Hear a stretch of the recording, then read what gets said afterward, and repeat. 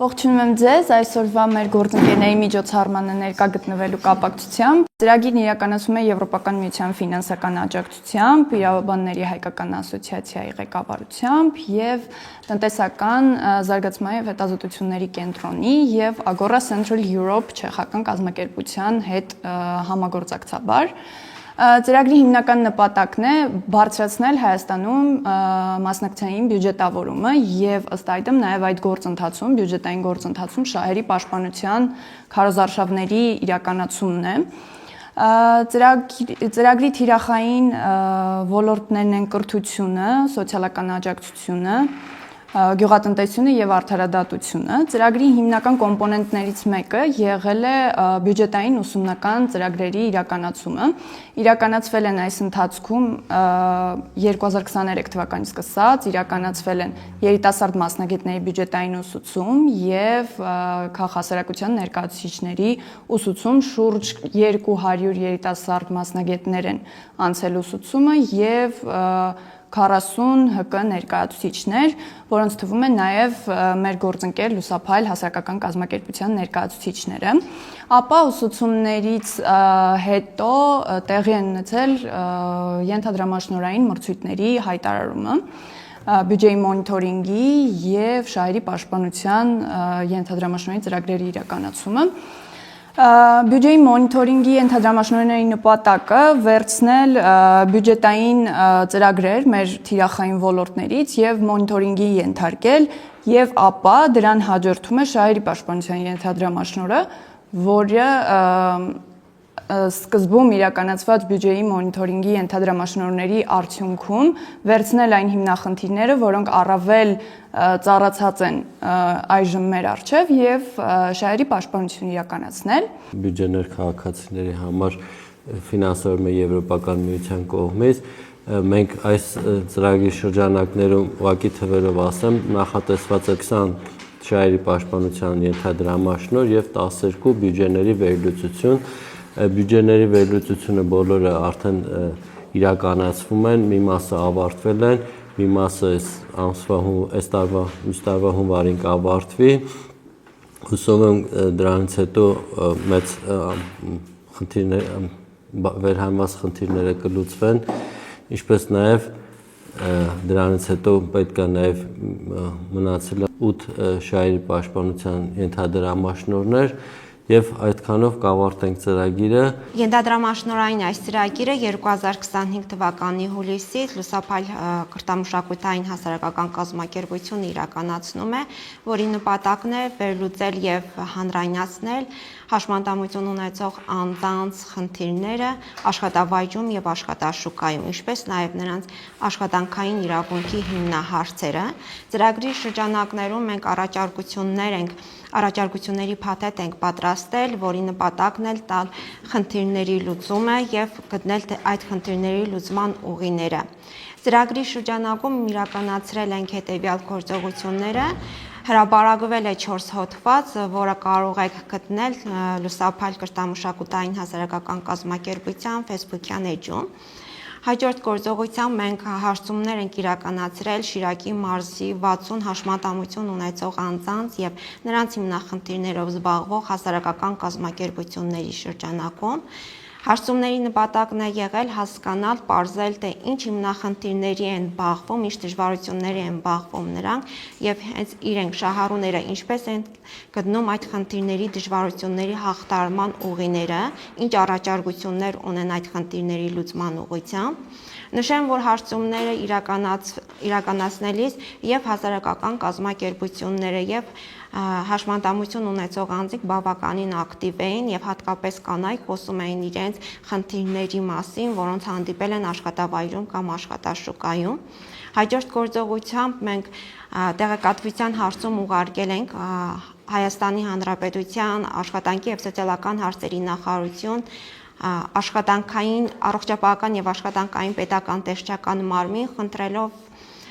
վերջիններից ինչ զբաղվածության ծրագրեր են իրականացվում հաշմանդամություն ունեցող անձանց համար եւ ինչ աշխատանքային ինչ աշխատանքային արտոնություններ ունեն հաշմանդամություն ունեցող անձինք պետական ծրագրերի շրջանակում, ստացված պատասխանները ներառել են առաջարկությունների փաթեթում, ոչ միայն պատասխանները, այլ այդ պատասխանների հիման վրա ծրագրի փորձագետը իրականացրել է վերլուծություն, որը հիմա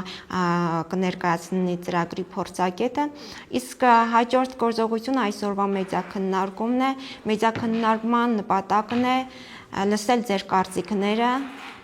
ձեր առաջարկությունները, առաջարկվող փաթեթի վերաբերյալ, որը մենք կներառենք ավելի կամբողջացնենք մեր առաջարկությունների փաթեթը։ Նշեմ, որ առաջարկությունների փաթեթը ուղարկել ենք նաև մի քանի օր առաջ աշխատանքի եւ սոցիալական հարցերի նախարարություն, միասնական սոցիալական ծառայություն եւ առողջապահական եւ աշխատանքային պետական տեսչություն, խնդրելով վերջիններս իրենց կարծիքներն ու առաջարկությունները ներկայացնեն առաջարկվող փաթեթի վրա։ Երբ մենք ունենանք իրենց կողմից համապատասխան գրությունը, իրենց առաջարկությունները, կարծիքները եւ այսօրվա ձեր հնչեցրած կարծիքներն ու առաջարկությունները ամբողջացնելով կներառենք առաջարկությունների փաթեթում եւ մինչեւ տարեվերջ ծրագրի ամփոփման ժամանակ կներկայացնենք արդեն ամբողջացված առաջարկությունների փաթեթը։ Շատ հաճելի է այսօր այստեղ գտնվել եւ ունենալ հնարավորություն լսարանի հենց հաշմանդամություն ունեցող անձանց նաև լսարանի առջև բարձրաձայնելու այն հարցերը, որոնք շատ վաղուց արմատացած են մեր հասարակությունում եւ խոչընդոտում են իրավունքների իրականացմանը։ Ըստ էության աշխատանքային իրավունքների իրացումը ոչ միայն հաշմանդամություն ունեցող անձանց եկամտի ապրուստի կայունությունն ապահովելու միջոց են, այլև նրանց անկախ կյանքի եւ համայնքում ներգրավվելու իրավունքի իրացումը խթանող գործուն երաշխիքներից են։ Իմ գործընկերը հասարակական կազմակերպությունից ներկայացրեց, որ իրականացվել է դրա շնորհի շրջանակներում իրականացվել է ուսումնասիրություն եւ որի հիման վրա պատրաստվել է առաջարկությունների փաթեթ։ Նշեց նաև, որ եղել է մասնակցային ուսումնասիրություն է իրականացվել նաև եւ մեթոդաբանության մեջ դերակատարություն են ունեցել նաև հաշմանդամություն ունեցող անձինք, որոնք եւ նաև իրավունքների պաշտպանությամբ զբաղվող հասարակական կազմակերպությունները։ Պետք է նշեմ, որ խնդիրները, որոնք ուսումնասիրվել են, աշխատանքային իրավունքների իրացման ոլորտի խնդիրները, վերցվել են մարդու իրավունքների պաշտպանի տարեկան հաղորդումներից եւ ունիսոն հասարակական կազմակերպության զեկույցից։ Ես շատ կարճ կանդրադառնամ խնդիրներին, որովհետև գիտեմ, որ շատ քաջատեղյակ եք այդ խնդիրներից եւ դա վկայում է նաեւ իրականացված հարցաշարերի արդյունքները։ Ուրեմն աշխատանքային իրավունքների ամրագրումը եւ մեր օրենսդրությամբ եւ միջազգային փաստաթղթերով ամրագրում է ստացած եւ այդ շատ փաստաթղթերին միացած է նաեւ Հայաստանը եւ ինչը նաեւ հավելյալ պարտավորություն է ստեղծում ունենալ ներպետական օրենսդրություն եւ կայուն մեխանիզմներ այդ օրենսդրությամբ ամրագրված իրավունքները իրականացնելու համար։ Չնայած այդ իրավական կարգավորումներին մեր իրականությունը այլ է եւ ցույց է տալիս, որ մինչ օրս հաշմանդամություն ունեցող անձինք բախվում են շատ խնդիրների, մասնավորապես խտրականության եւ հավասար հնարավորություններ չկան նրանց զբաղվածությունը ապահովելու համար։ Օրենսդրական կարգավորումների մասին խոսելուց պետք է նշեմ, որ նույն խնդրականության բացառման հետ կապված աշխատանքային օրենսգրքում վերջին փոփոխություններով ամրագրում են ստացել խելամիտ հարմարեցումները, նաև չտրամադրումը որպես խտրականություն, սակայն ինչպես նշեցի, գործուն մեխանիզմներ, որ պետությունը ապահովի իրավունքների իրացումը դեռ մինչ օրս բավարար չեն։ Ըստ խնդիրների առանձնացրել եմ նաև առաջարկությունների, այսպես ասած, առանձնացումը օրենսդրականից մինչև ինքնազբաղվածության, խթանման, տեխնոլոգիական եւ միջավայրային խոչընդոտներին վերաբերող առաջարկություններին, բայց մի բան գրեթե այսպես ասած անվիճելի է եւ հստակ, որ անհրաժեշտ են դրական գործողություններ արդյունավետ քաղաքականություն ունենալու համար այս ոլորտում, քանի որ մենք տեսնում ենք, որ քաղաքականություններն էլ կտրված են այսպես ասած հաշմանդամություն ունեցող անձանց հետ երկխոսությունից, ինչպես նաև դրանք շատ կարճաժամկետ են եւ չեն ապահովում երկարաժամկետ ազդեցություն։ Դրա համար անհրաժեշտ է, որ այդ քաղաքականությունները մշակվեն երկարաժամկետ կտրվածքով եւ այն արտոնությունները, այն միջոցառումները, որոնք իրականացվում են, ապահովեն երկարաժամկետ աշխատանքների, ոչ թե օրինակ սեզոնային կամ կարճաժամկետ 1-2 ամսով կամ վերջին շրջանում խոսվում է նաև քվոտաների համակարգի մասին եւ գիտենք, որ ժամանակին այդ համակարգը ներդրվեց, բայց չաշխատեց եւ տարբեր խոչընդոտներ եղան եւ կասեցվեց դրա գործունեությունը, բայց վերջին շրջանում կրկին քննարկվում են քվոտաների համակարգը նորից ներդնելու եւ աստիճանական, միգուցե սկզբնական պետական ոլորտում, հետո մասնավոր ոլորտում Եվ արդյունավետ քաղաքականությունը առաջին հերթին ենթադրում է կոնվենցիային համապատասխան գործողություններ, որոնք իրական ազդեցություններ պիտի ունենան։ Եթե առանձնացնենք կարևորագույն այս ոլորտի քաղաքականությունը, պետք է ընդգծել համալիր ծրագիրը, գիտենք, որ կառավարության հաշմանդամություն ունեցող անձանց իրավունքների ուրեմն համալիր ծրագիրը, պաշտպանության համալիր ծրագիրը 23-27 թվականների եւ համալիր ծրագիրը ենթադրում է մի շարք միջոցառումներ, որոնց կատարողը, այսպես ասած, հասցեատերը ոչ միայն աշխատանքի եւ սոցիալական հարցերի նախարարությունն է, այլ տարբեր գերատեսչություններ եւ այս առաջարկությունների հետ կապված այնտեղ կան նաեւ միջոցառումներ, բայց այդ միջոցառումների շարունակական նորից կրկնվելով ուզում եմ շեշտել, որ անհրաժեշտ է, որ այդ միջոցառումները լինեն շարունակական եւ գնահատվի նրանց ազդեցությունը։ Օրենսդրական բարեփոխումների հետ կապված ես առանձնացրել եմ դա իրավահավասարության ապահովման մասին օրենքի բացակայությունը։ Ինչ ասել է այս օրենքի ընդունումը խտրականության, ես նշեցի, որ աշխատանքային օրենսգրքով էլ է նախատեսվել արդեն խտրականություն բացառումը, խտրականության արգելքը եւ նաեւ հաշմանդամություն ունեցող անձանց իրավունքների մասին օրենքում կա, բայց օրենքը իրավասարության ապահովման մասին օրենք ունենալ եւ այդ օրենքում խտրականության ինքը կերաշխավորեր բազմակի, փոխհատվող, անուղղակի խտրականության ձևերի, խտրականության ճանաչման, այսպես ասած, մոտեցումը, որովհետև գիտենք, որ հաշմանդամություն ունեցող անձինք առավել խոցելի են բազմակի խտրականության դրսևորումների հանդեպ, փոխհատվող, անուղղակի, մենք բազմիցս են քննարկել օրինակ տարբեր իրավիճակներ, որ այսօր էլ Հայաստանում շատ գործատուներ, աշխատավայրեր չեն ճանաչում խտրականությունը որպես այդպիսին եւ օրենքի եւ համապատասխանաբար կոնկրետ մարմնի ներկայությունը, որը կապահովեր այդ գործերի քննությունը շատ կարևոր է։ Անկամ նոր կառուցվող շենքեր շինությունները այս պահին էլ ունեն անմաչելիության խնդիրներ, էլ հների մասին գիտեք, որ արդեն շատ մեծ խնդիր է Հայաստանում եւ նաեւ տրանսպորտը աշխատանքի իրացման, աշխատանքային իրավունքների իրացման կարևորագույն հիմնախնդիրը տրանսպորտի մատչելիությունն է, որտեղ անձը նախ պետք է հասնի աշխատավայր, որպեսզի կարողանա զբաղվածություն ապահովել։ Եվ այս ոլորտում էլ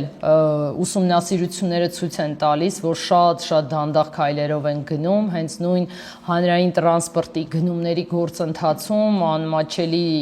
դրսևորումներ կան եւ առաջարկները վերաբերում են, որ գնումների գործընթացում պետք է ապահովել մատչելիության պահանջներ։ Եվ այստեղ առանձնացրել եմ նաև տարեկան վիճակագրության հրապարակումը ըստ ոլորտերի եւ մարզերի։ Ընդհանրապես վիճակագրությունը Հայաստանում իրավունքների պաշտպանության մեծագույն խնդիր է, դա բոլոր երևի թե միջազգային կառույցները նշում են, երբ որ պետությունը հանդես է գալիս կոնվենցիաների իրականացման հաշվետվությամբ, առաջին նշումը միշտ դա են նշում, որ չկա նորմալ վիճակագրություն, իսկ եթե չկա վիճակագրություն, խնդիրների մասին կարծիք կազմելը շատ դժվար է եւ առանձնացնել որպես այդպիսին եւ, չգիտեմ, մոնիտորինգ անել կամ ապահովել ազդեցության գնահատում եւ մինչ օրս էլ այն վիճակագրությունը, որ կա, դա շատ քիչ է արտացոլում իրական վիճակը, չկան կոնկրետ ոլորտներ, թե օրինակ որտեղ են կոնկրետ զբաղված հաշմանդամություն ունեցող անձինք Հայաստանում,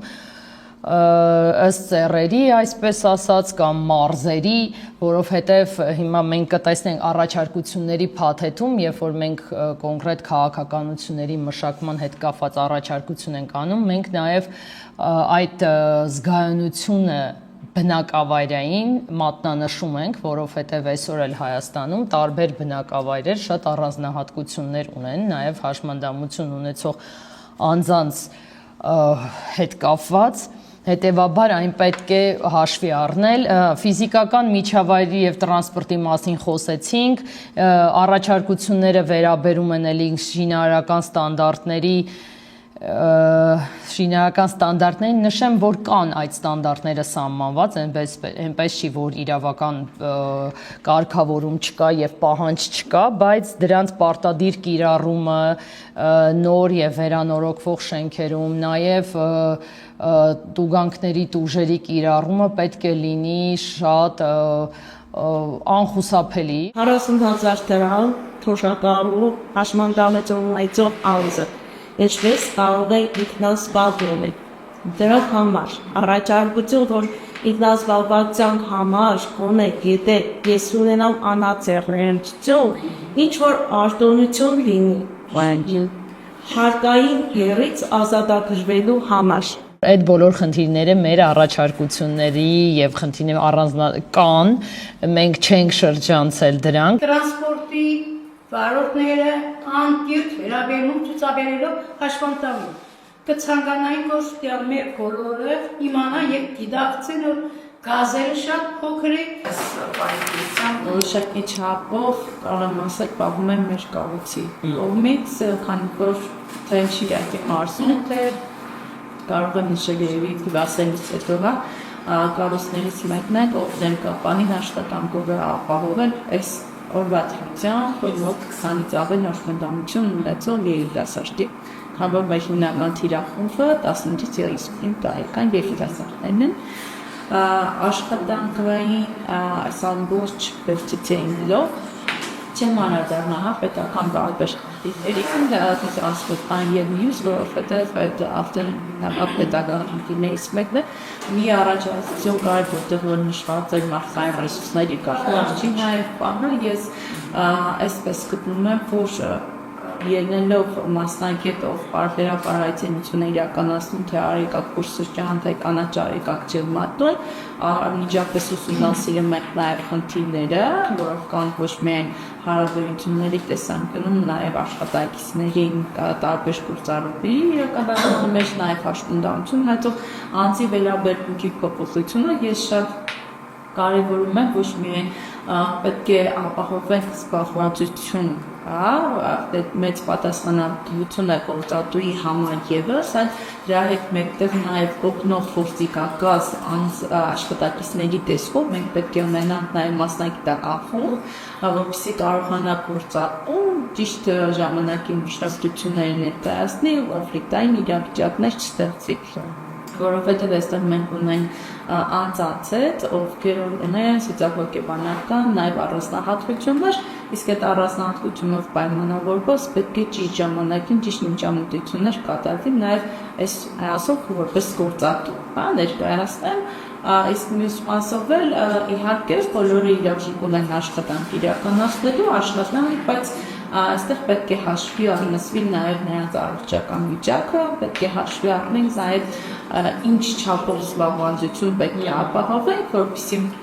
ոչ միայն ի նպաստ գնակային եկամտի ապահովմանը, այլև նաև չվնասենք սկզբունքը, որովհետև այստեղ արդեն առողջական բուժխնդիրներ ձեռք բերելու ժամանակ մենք ավելի մեծ խնդիրներ կսնենք թե հաշվանդամություն ունեցող անձի համար, թե ինչի՞ չէ նաև գործատուի համար։ Այս առաջարկությունը, որպեսզի մենք ունենանք նաև մասնագիտական խմբեր, այսինքն գործատուի ներկայանցվի, մենք կարողանան ավելի ճիշտ կազմակերպել անձի զբաղվածության շնորհակալություն։ Պետք է նաև այլ աշխատակիցների հաշմանդամություն չունեցող աշխատակիցների շրջանում վերապատրաստումներ անել,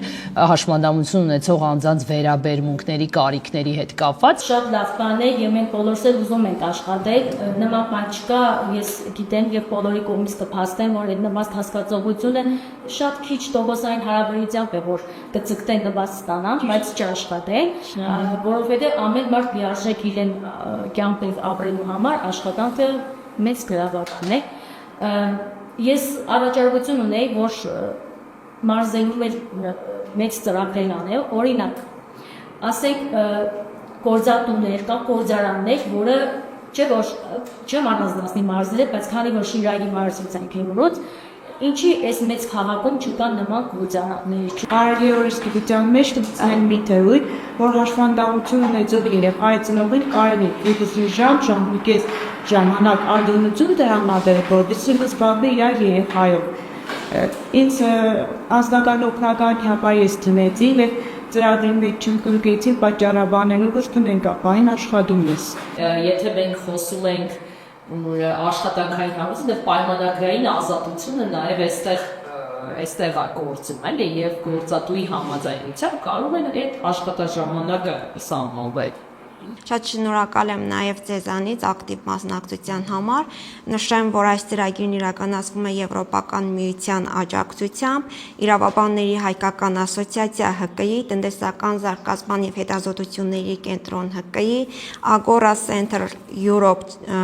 ՀԿ-ի հետ համագործակցությամբ գործարկվող բյուջեներ քաղաքացիների համար ծրագրով տրամադրված ենթադրամաշնորհային ծրագրի շրջանակում բովանդակության համար պատասխանատվությունն է